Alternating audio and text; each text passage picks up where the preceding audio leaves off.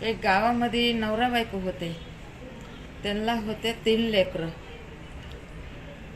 2 मुलं होते, एक मुलगी होती बारकी, मुलं होते मोठे.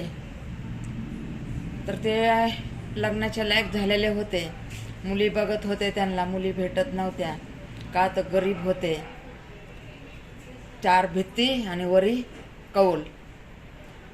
तर मोठ्या पोराला गरिबाची भेटली बायको आणि बारक्या पोराला श्रीमंत भेटली. बारका म्हणतो, आता श्रीमंत मला बायको भेटली, मला संसार लय देणार आहेत. तर मोठा म्हणतो, बाबा माझी तर गरिबाची आहे, मला तर काय भांडे बासणं देणार नाही, एक दिले तर आपलं 5-5 भांडे भेटणार आहेत. बरं म्हणले, काय करायचं आपल्याला लोकांच्या भांड्यांना. तर ते म्हणलं, नाही बाबा मला तर पाहिजे, माझ्या बायको मोठ्या घराण्यातले, श्रीमंत घराण्यातले, मला तर संसार भरपूर येणार आहे. सगळं म्हणजे पंखा, कूलर, AC, परत ते सगळा संसार येणार आहे. आले लग्न करून आले. आई आरतीचं ताट घेऊन आली, ओवाळायला लागली सुनांना, लेखांना. तर सुनबाई म्हणते, काय जुना परंपरा लावलाय, आता का ह्या जमान्यात का असं चालतं का ववाळणं हे. तर मोठी सून म्हणते, असू द्या की, एवढं मानाने आपली सासूबाई घेऊन आल्यात ववाळायला, तर ववाळ द्या की. बरं म्हणली ववाळा. आले आतमध्ये, म्हणली आता तुमचं घर तर एवढंच बारीक आहे आणि ह्याच्यामध्ये आम्ही कसं सगळ्यांनी राहायचं, किती गरीब आहेत तुम्ही. तर सासूबाई म्हणली, बाई आम्ही गरीबच आहेत, तुम्हाला पहिलंच सांगितलं होतं गरीब आहेत. बरं म्हणली, ठीक आहे म्हणली, आणा म्हणली सगळं सामान मायबापांनी दिलेलं, तिच्या लई सामान तिच्या मायबापांनी दिलेलं. आणि ह्या गरीब सून होती ना, तिला काहीच सामान नाही दिलं, 5-5 भांडे दिले फक्त. खाट नाही, गादी नाही, काय नाही. आणि हिला खाट, गादी सगळं हिला. तर मग ही लई आकडायला लागली बारकी. म्हणती, बघा मला तर किती संसार दिलाय, घरात नाही पुरता संसार दिलाय. तर मग ती मोठी म्हणती, अहो मग एवढा संसार कुठं ठेवणार तुम्ही. तर म्हणती, ठेवते की मी घर मोठं घेतल्यावर मग ते घरामध्ये मी ते संसार ठेवते. तर ती म्हणली, आपण गरीब आहे, आपण एवढं घर कधी घेणार आहे, कधी मेहनत आपल्याच्याने होणार आहे. म्हणली, मी एवढी शिक्षण केलेलं आहे माझ्या मायबापाने, माझा नवरा एवढा शिकलेला आहे, माझ्या नवऱ्याला नोकरी आहे, मी पण नोकरी करणार आहे. बरं म्हणली, जाऊ बाई करा, माझं तर काही शिक्षण नाही झालेलं, मी तर अनाडी अनपळच आहे. म्हणली, हां तू भोंदू आहेस. तर म्हणली, ठीक आहे भोंदू तर भोंदू, घरचं तर मी काम करते की दिवसभर, तुम्हाला सगळ्यांना आयतं खायला देते की. मी माझ्या जीवाला नाही खात, पण मी तुम्हाला सगळ्यांना पुरत करते. म्हणती, काय उपकाराला केली का तू. म्हणते, अहो माझं पोट मार. बापरे काय वाजते. ती म्हणते, काय उपकाराला तू पोट मारून आमची पुरत करते का. बघा कशा असतात एक पोरी. तर म्हणली, ठीक आहे जाऊ बाई, ठीक आहे, उपाशी तर उपाशी, जाऊ दे, आज नाही खाल्लं तर उद्या तर मला खायला भेटन ना, मी तर पाणी पिऊनच रात्रीचं झोपते. बरं म्हणली, ठीक आहे झोप तू उपाशी, पाणी पिऊन, आम्ही तर पोटभर खातो. तर मग असं करून हिला लई स्वतः कमवायला लागली, नवऱ्याचा पगार, परी घर काय ती बनवाना, आणि घर घे बिना आणि बनवी बिना. मग अचानक मध्ये कुठंतरी मोठं घर घेऊन ठेवलं आणि ह्यांच्या बरोबरच राहायला लागली.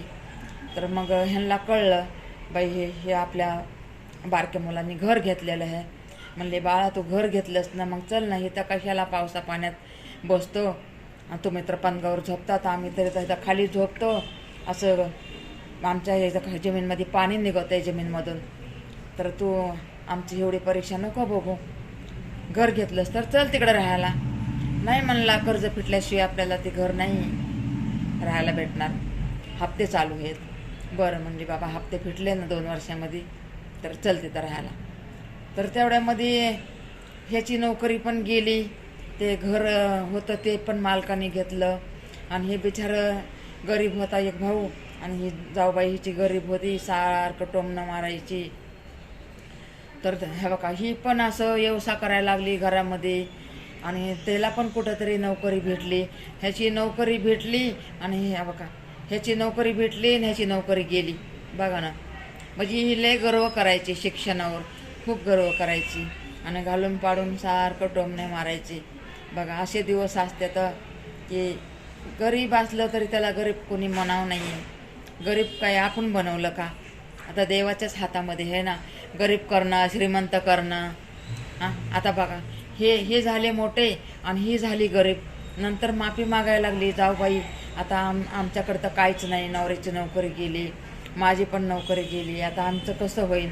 तर मग ही म्हणती आम्ही कशासाठी आहेत, एकच आपलं घर आहे ना, एकाच आईचे लेकरं आहेत ना, तुम्ही असं कसं बोलतात की आमचं कसं होईल?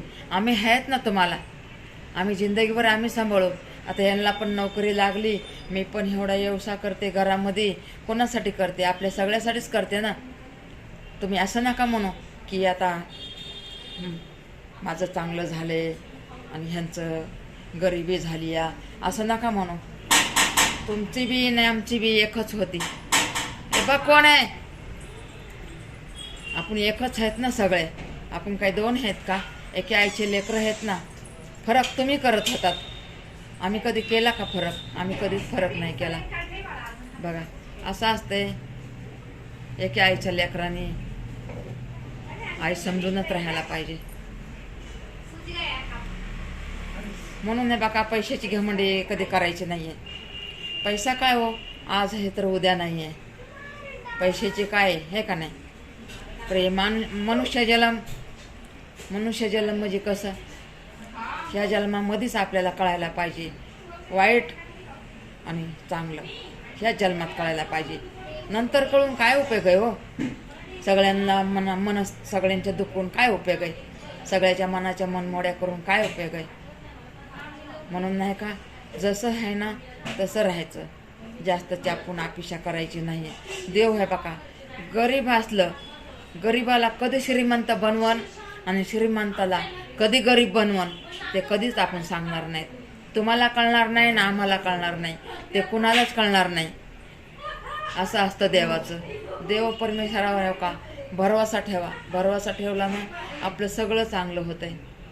आपण तर बाबा भरवसा ठेवते, मी भरवसा ठेवते, तुम्ही पण भरवसा ठेवा या परमेश्वरावर, या ईश्वरावर, या भगवंतावर विश्वास ठेवा. आता माझी तुम्हाला तर माहिती आहे माझे किती हाल आहेत, माझ्यावर एवढं कर्ज आहे, तुम्हाला सगळ्यांना माहिती आहे माझ्यावर किती कर्ज आहे. तरी पण मी हार मानते का? नाही मानत ना. मच्छर आले बघा, मच्छर असलं मच्छर ना. आणि पंखा बघा तुम्ही, पंखा दाखवते बघा तुम्हाला. हे बघा पंखा चलतंय का? कशी दिवस काढत असाल तुम्ही सांगा? असल्या गरमीमध्ये मी कशी दिवस काढत असेल? हे बघा बसले तर इकडून चावले, कोणाला सांगायचं? हां आपल्या तकदीरात असन तेवढंच आपल्याला भेटणार आहे ना. आपण जास्त मागितलं तर आपल्याला काय देव देणार आहे का? जेव्हा देवाला काय वाटन, जेव्हा देवाला दया येईन आपल्यावर, किंवा आपलं कर्म बघन, आपण चांगलं कर्म केले का वाईट कर्म केलं बघन ना देवापाशी सगळी टीप माप असते. सगळं टिपून ठेवलेलं असते देवापुढं. आपण नाही टिपून, आपण गलत्यावर गलत्या आपण करतो. आपल्याला कळत नाही आपण कोणत्या गलत्या करतो, आपल्याला कळत नाही आहे. पण देवापाशी सगळं लिहिलेलं असते बरं का. आपण कसं कागदावर राशन आणलं लिहितो, भाजी आणलं लिहितो, दूध आणलं लिहितो, सगळं सामान आपल्या घरचं सगळं आणलेलं आपण लिहितो. तसं देव पण सगळं मांडून ठेवतोय बरं का. आपला खेळ सगळा मांडून देव परमेश्वर ठेवतोय. म्हणून हे बघा, कुणी कुणाला तकलीफ देऊ नका, माझं हेच म्हणणं आहे. आणि आता जाऊ दे, जास्त नाही बोलत पुढचं.